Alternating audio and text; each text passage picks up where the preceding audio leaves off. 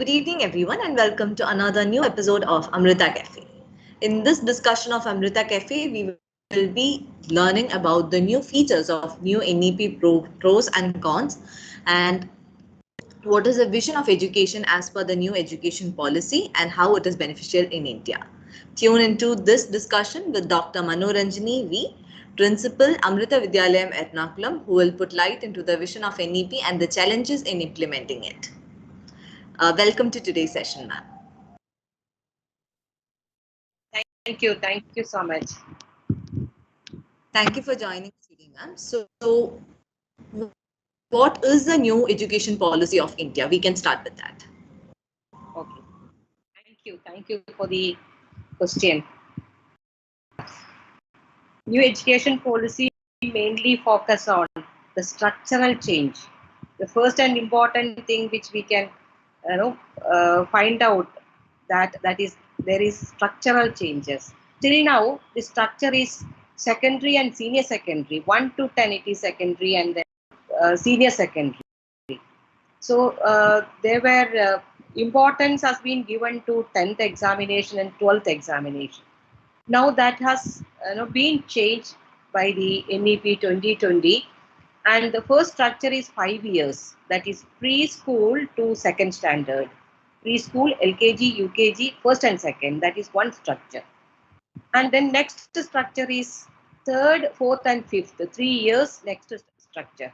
And these two structures, this 5 years and 3 years, and mainly this is the primary area where we are giving more importance to mother tongue. Next level, next structure is then again 6th, 7th, and 8th. The third, the 3 years again. So there we are starting with vocational training actually. 6th onwards we are starting the vocational subjects. So it is purely job oriented. Job oriented studies is starting from 6th standard. That is a third third structure. The one is the four classes are there in the last structure. That is from 9th to 12th.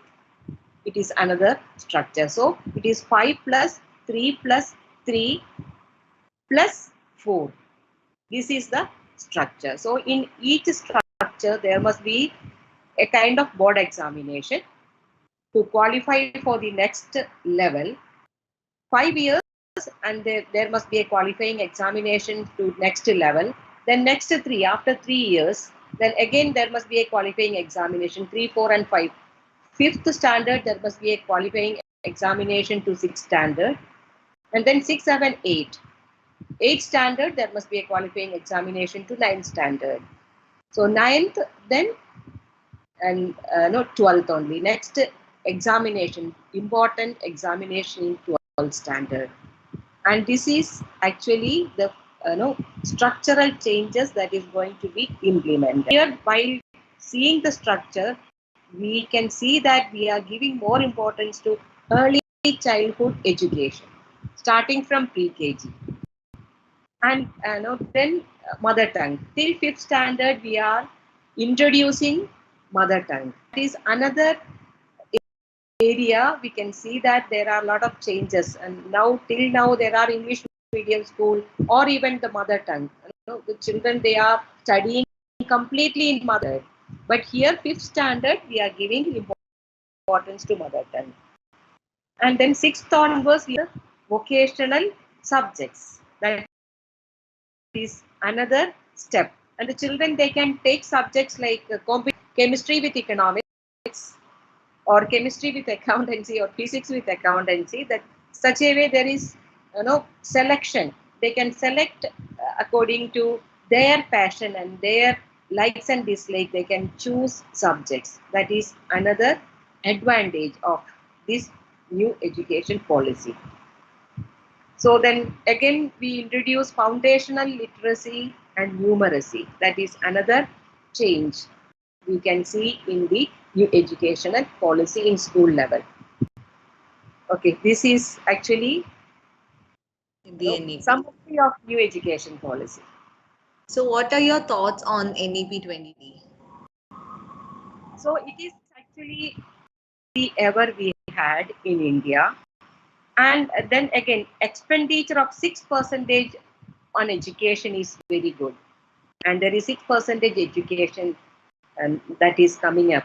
And then many things are going to be dependent on state as education is made job oriented. So states has been given more importance in this. Each state up to 5th standard there is mother tongue.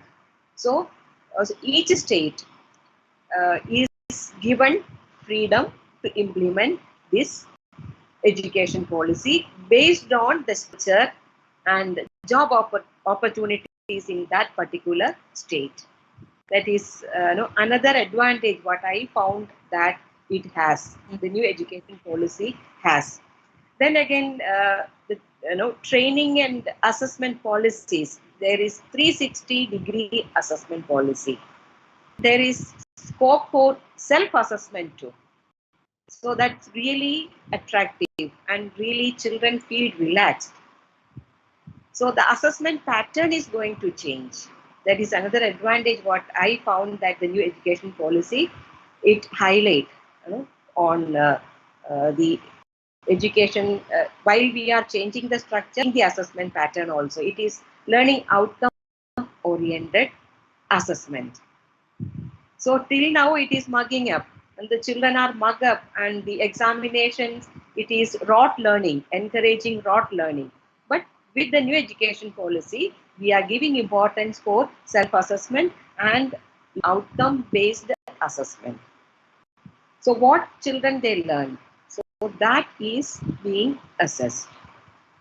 It is not rote learning actually. Each person is different. So according to their level, they are learning it. So that is another main feature of this particular assessment. And again, what I found is the NEP, and that really attracted me. So we are actually, it is a blend of ancient education vision plus the modern. And there is scope for learning Vedas, Puranas, etc. And the culture and heritage, it is highlighting the culture and heritage of India. And some features of Gurukula education that is also here. And plus the modern learning. Like there are subjects like robotics and AI. These subjects, technology-based education is also given more importance, and the vision. Ancient education system, the vision was actually self-realization. Education actually was for the self-realization, and they have the new education policy has taken it up in such a way that given focus to individual learner. Education is finding knowledge within. So here also we are the same vision, like giving freedom for each learner to learn and understand himself or herself. So, and that I really attracted me. The new education policy's vision really attracted me. So there is a purpose, and then ultimately the aim is India must be globally superpower in the field of education. It was actually India was earlier, and we lost, the education, actually the system. We lost the importance of education system. Part of implementation we don't know, and here also again we need to be careful while we are implementing this new education policy. And there must be some confusion when we are introducing mother tongue till 5th standard. Each state is different. So up to 5th standard, if we are giving importance to mother tongue, children, those who are coming from other states, they find it difficult. They have to learn the new language, right? So that is, and how we are going to implement it. And completely depending on that, the success lies.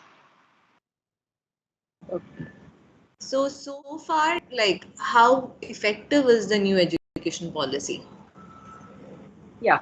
The policy actually, it is bridging the social gap in access, participation, and also learning outcome.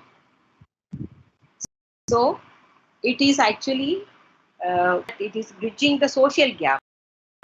Now actually we have problem like accessibility, right?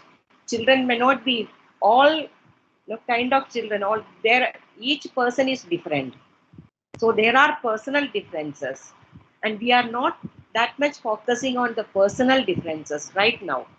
But new education policy, it is focusing on the individual differences. It is focusing on the differences in different areas of India. India has actually diversified climate, etc. So it is bridging the gap between the culture, between the climate, etc. So there is access. Anyone, any child, irrespective of their caste, creed, and even their personal differences, giving education to everyone. So that is that surely will be, I think, giving effectiveness to improve the personal qualities of people in India. So everyone is giving participation in education. So there is inclusion without any difference. So focusing on the individual differences. So there surely, I think, if every child is, surely this policy will be very effective to improve the, what I say, human resource. India is the best country having rich human resource. So the focus is given to that area, then surely that will be effective. Then again, there is scope for innovation and creativity. So surely by improving the creativity of the people and economically also, India could develop. India could one of the best country in the world. So then again, the education is become effective, right? By giving freedom for the learners to learn, and so that is really wonderful. Okay. Thank you so much, ma'am. So were there any challenges of this new education policy? Yeah, surely there are challenges. I told you already. Mm-hmm. Implementation. How we are going to Yes. implement it? That is, the challenge lies over there, and the differences, the different culture and different lifestyle of people in different area. The challenge while the children they move to other transfer and all, and that is going to affect the child's education. Then again, we are improving the quality of assessment, and we are focusing on the world standard for our assessment, our examination, assessment in the sense examinations. So children may find it difficult at times to get a pass mark, or even not, maybe best mark, maybe like A1 in all subject, best grade. So there comes a bit challenge, like when we are changing the system of assessment, 360-degree of assessment. Sometimes children may find it difficult, and more than that, the teachers may also fail to give better assessment.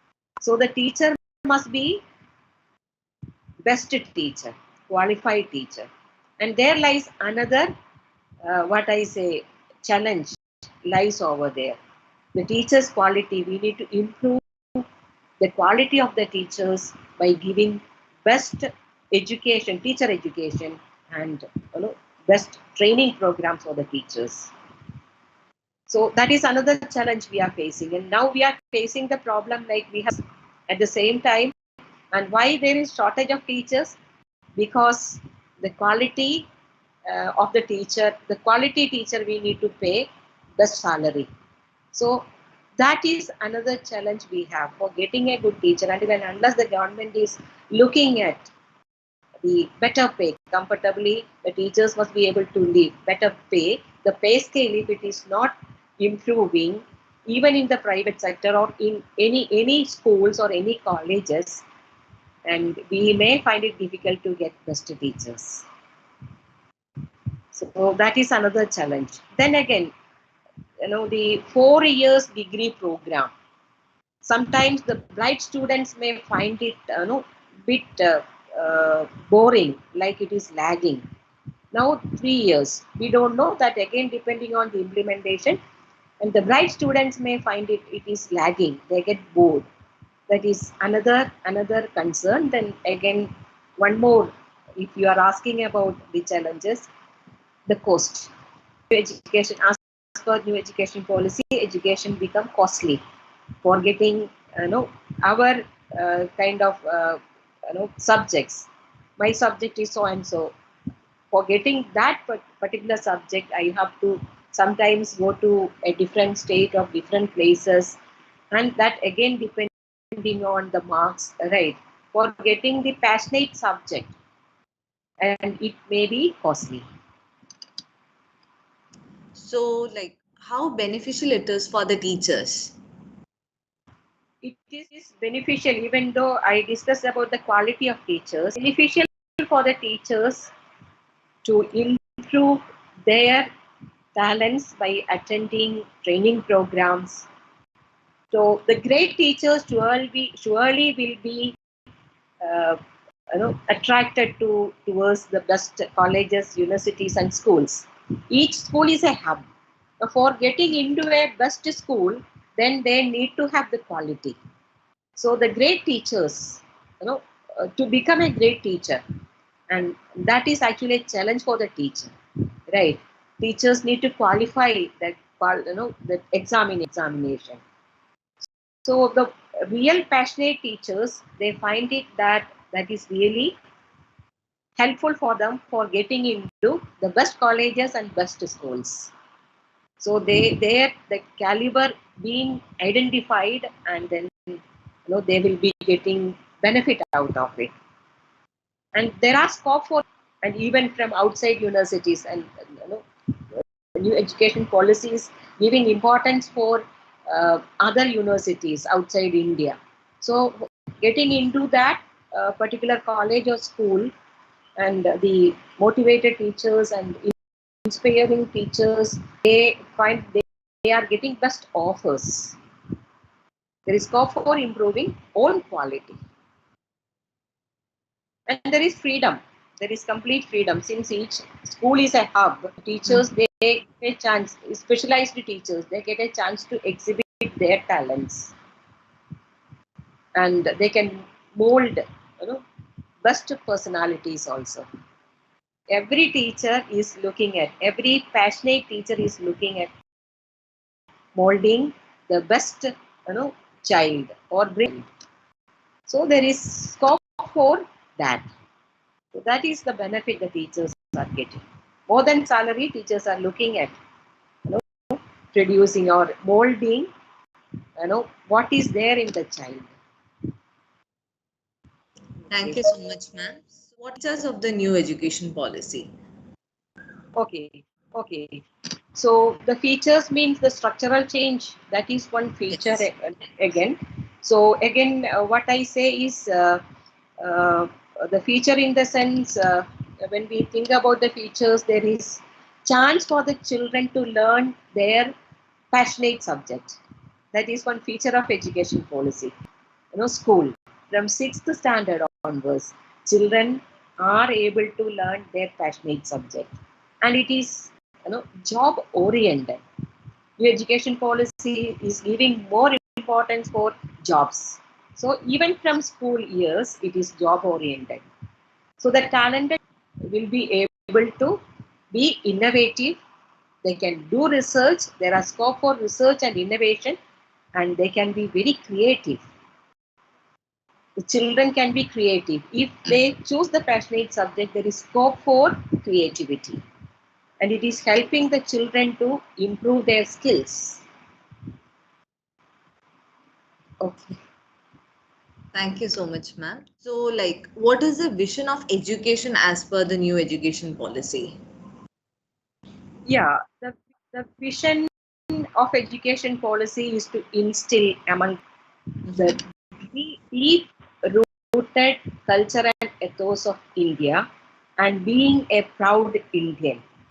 So that is one very important vision, and such a way being a pride, instill pride in every child being an Indian, not only in their thoughts but also in spirit and also intellect and in deeds too. So they can be pride being an intellect, and by doing their activities for that to bring India to the forefront. Okay, in action, we are giving importance in action and then in spirit. And they are getting a positive spirit to live for India, live as an Indian. And then there is chance for instilling values. They can be a child with skills and values. Values and skills are also being given importance. And then I told you in the beginning, it is actually India-centric education and giving importance to India-centric education, where the aim is focusing on individual child. India become the knowledge center in the world. So India must become the superpower in the case of education. So that is one of the vision, and that too by incorporating ancient education and the modern education, modern subjects. Modern education, there is no meaning in saying modern education. There is one kind of education, but the culture of ancient education by binding it with the modern learning, technology based learning. And then there is scope for understanding self, since it is giving importance to individual learner, the each individual, and there is chance for bringing out the best in the child.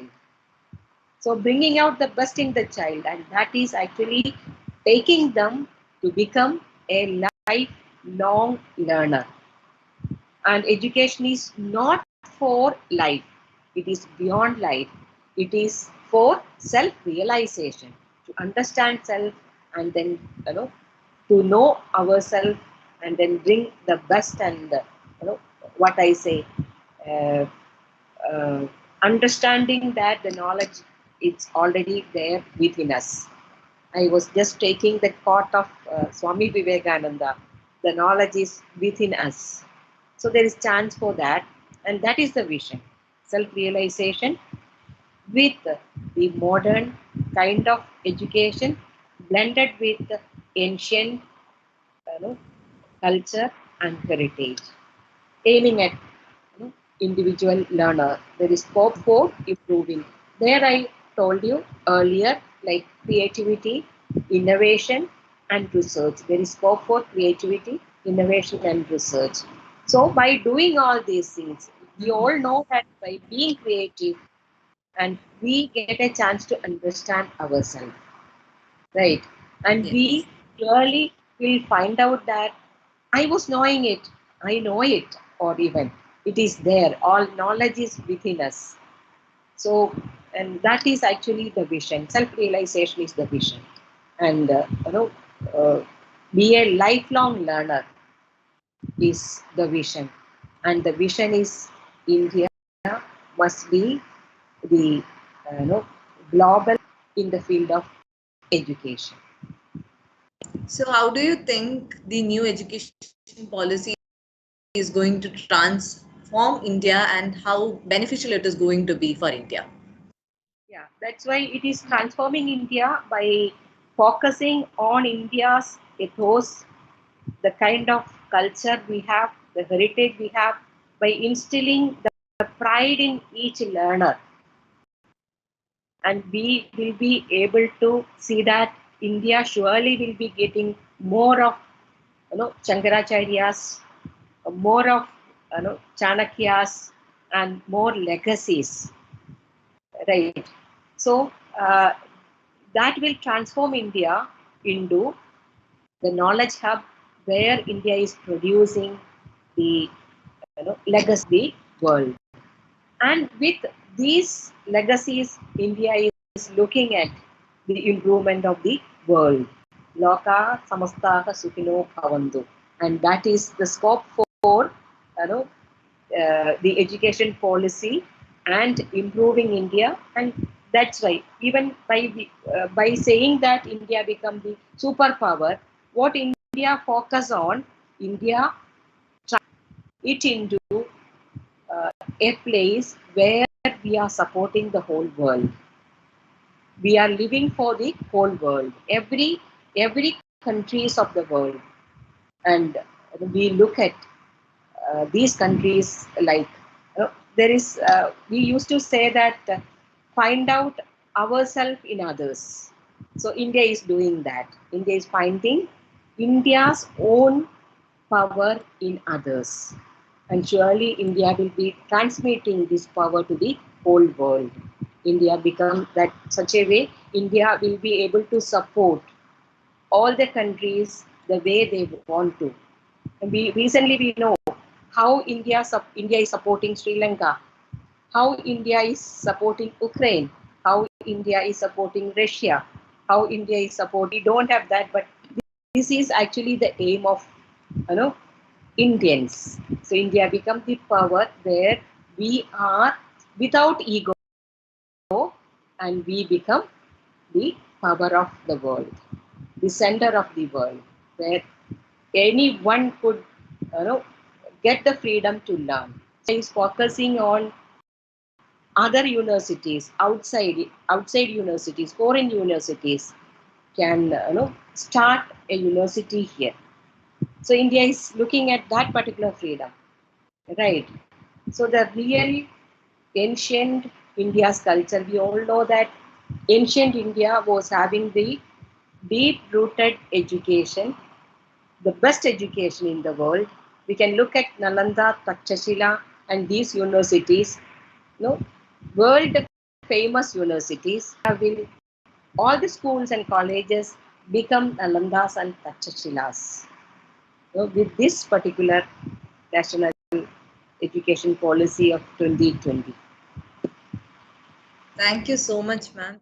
Thank you so much for sharing your insights on the new education policy and spending time with us this evening. Thank you, everyone who have joined us today. We really appreciate each one of you joining us. If you have any questions, you may please type it in the chat box. We will be ready to address your questions. If not, we can end the session now. Yeah, I can see that there are no questions from the audience side. So thank you so much. Thank you everyone for joining us. We'll see you all for another episode of Amrita Cafe. Till then, good evening.